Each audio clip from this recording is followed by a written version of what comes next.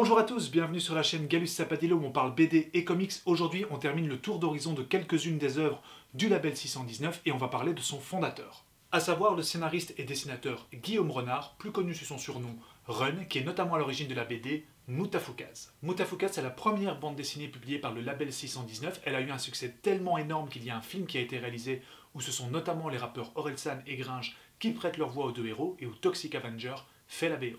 Alors très rapidement, Moutafoukaz, c'est l'histoire de deux potes, Angelino et Vince, qui passent leur vie entre petits boulots foireux, discussions métaphysiques sur le canapé et regarder du catch mexicain. Jusqu'au jour où, suite à un incident, ils doivent affronter des hommes en noir surarmés, des gangs en tout genre, des justiciers catcheurs mexicains et même des entités cosmiques un petit peu vicieuses. Encore une histoire où tout part en couille. Toujours est-il que Moutafoukaz, c'est vraiment une tuerie. Si tu ne la connais pas, je t'invite vraiment à aller lire cette bande dessinée. Elle est scénarisée et dessinée par Run, mais c'est pas le sujet du jour. Inspiré de Moutafoukaz, Run a scénarisé pas mal de spin-offs et on va parler de deux d'entre elles aujourd'hui. On va donc s'intéresser à deux one-shots presque indépendants l'un de l'autre, tous les deux scénarisés par Run. Le premier c'est De Puta Madre, dessiné par Neyef, et le second c'est Loba Loca, dessiné par Guillaume Singelin. On commence tout de suite avec Puta Madre. On est à Neeland en Californie où on découvre Jésus, 12 ans, qui va être inculpé d'un crime qu'il n'a pas commis, condamné à 7 ans de prison où il sera mélangé avec les adultes. La première partie de la bande dessinée, elle est ainsi consacrée à la vie de Jésus en prison lorsqu'il tente de se reconstruire un semblant de famille en intégrant un groupe issu d'un cartel mexicain. Au fur et à mesure de ces années de prison, Jésus va s'endurcir tant mentalement que physiquement à base de « je pousse de la fonte à fond de balle tous les jours » et lorsqu'il va sortir de prison, il va tenter de se reconstruire une vie. Mais tu te doutes bien que ça va être compliqué. Je ne vais pas t'en dire plus au niveau du scénario, il y a énormément de couches de lecture différentes sur Puta Madre et énormément de rebondissements. Ce qui est vraiment intéressant, c'est de découvrir le voyage intérieur de Jésus au fur et à mesure des 200 pages de l'œuvre. Ce qu'il faut savoir, c'est que Puta Madre a été inspiré par un fait divers qui a eu vraiment lieu aux États-Unis et qui a donné l'idée à Run lorsqu'il a vu le reportage du même nom que son œuvre, à savoir Puta Madre, qui racontait justement l'histoire de ce gamin qui a atterri en prison. Et là où Run fait très fort, c'est qu'il attache une importance toute particulière à rendre 100% crédibles les histoires qu'il te propose. Il se documente énormément avant de mettre en papier son œuvre.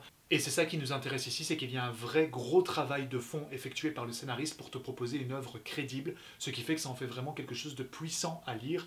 Et une nouvelle fois, le voyage intérieur de Jésus fait toute la différence dans l'intérêt que tu peux avoir à lire une bande dessinée pareille.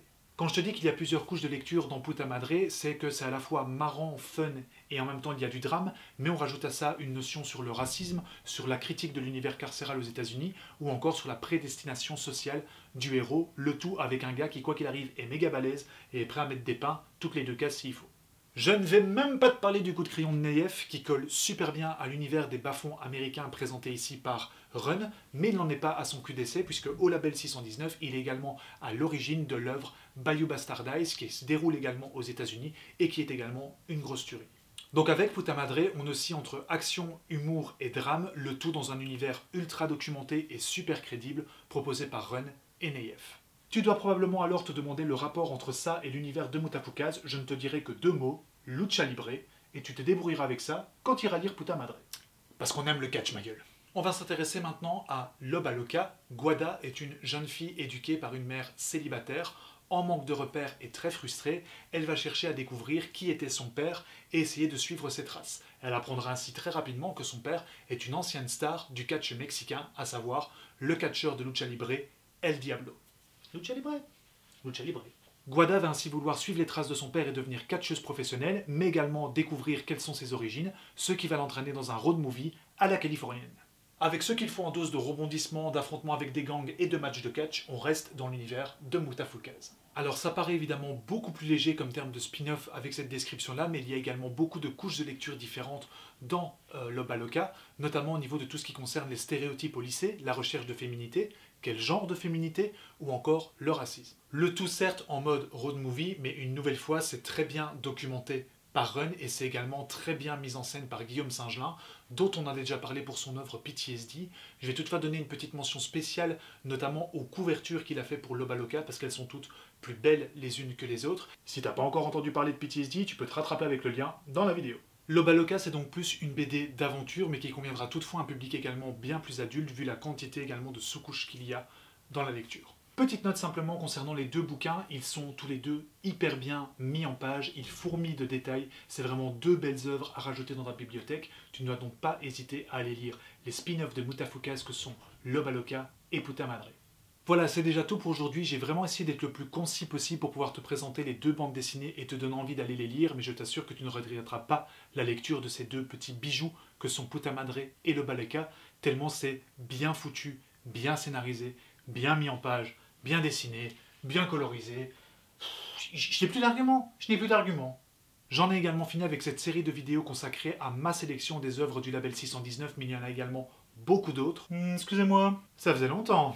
Parce que bon, c'est bien joli d'avoir parlé du label 619, mais si tu parles pas de Mathieu Bablé, ça n'a pas vraiment beaucoup d'intérêt, vois-tu. Parce que bon, Mathieu Bablé, c'est quand même un gros morceau du label 619, tu vois. À chaque fois qu'il a sorti une bande dessinée, ça a eu un gros succès, tu vois, il a eu beaucoup de prix et tout ça. C'est quand même abusé de parler du label sans parler de Mathieu Bablé, parce que bon, faut quand même pas oublier, il y a déjà Shangri-La, Carbone et Silicium, Alastré, enfin j'en parle beaucoup, tu vois, c'est vraiment quelqu'un qui a eu beaucoup d'influence dans la bande dessinée francophone, et donc il mériterait quand même que tu lui fasses une petite vidéo pour parler de lui, Mathieu Bablé, parce que bon, c'est quand même important, enfin tu vois. Ah, ça fait du bien. C'est pas faux que j'ai pas parlé de Mathieu Bablé. Mais en même temps, il y aurait beaucoup de choses à en dire, donc j'aimerais bien faire une vidéo à part, même si Mathieu Bablé publie au label 619, on aura l'occasion d'y revenir, probablement pour une vidéo un peu plus longue qui lui sera consacrée. Mais on va te laisser là un petit peu. Merci beaucoup d'avoir regardé cette vidéo. Si tu as aimé, tu sais quoi faire. N'oublie pas de t'abonner, de lâcher un petit commentaire et un petit j'aime. En attendant, on se retrouve dans 15 jours pour une prochaine vidéo où on partira aux États-Unis pour un comics indé de folie. En attendant, n'arrête surtout pas de lire. Salut!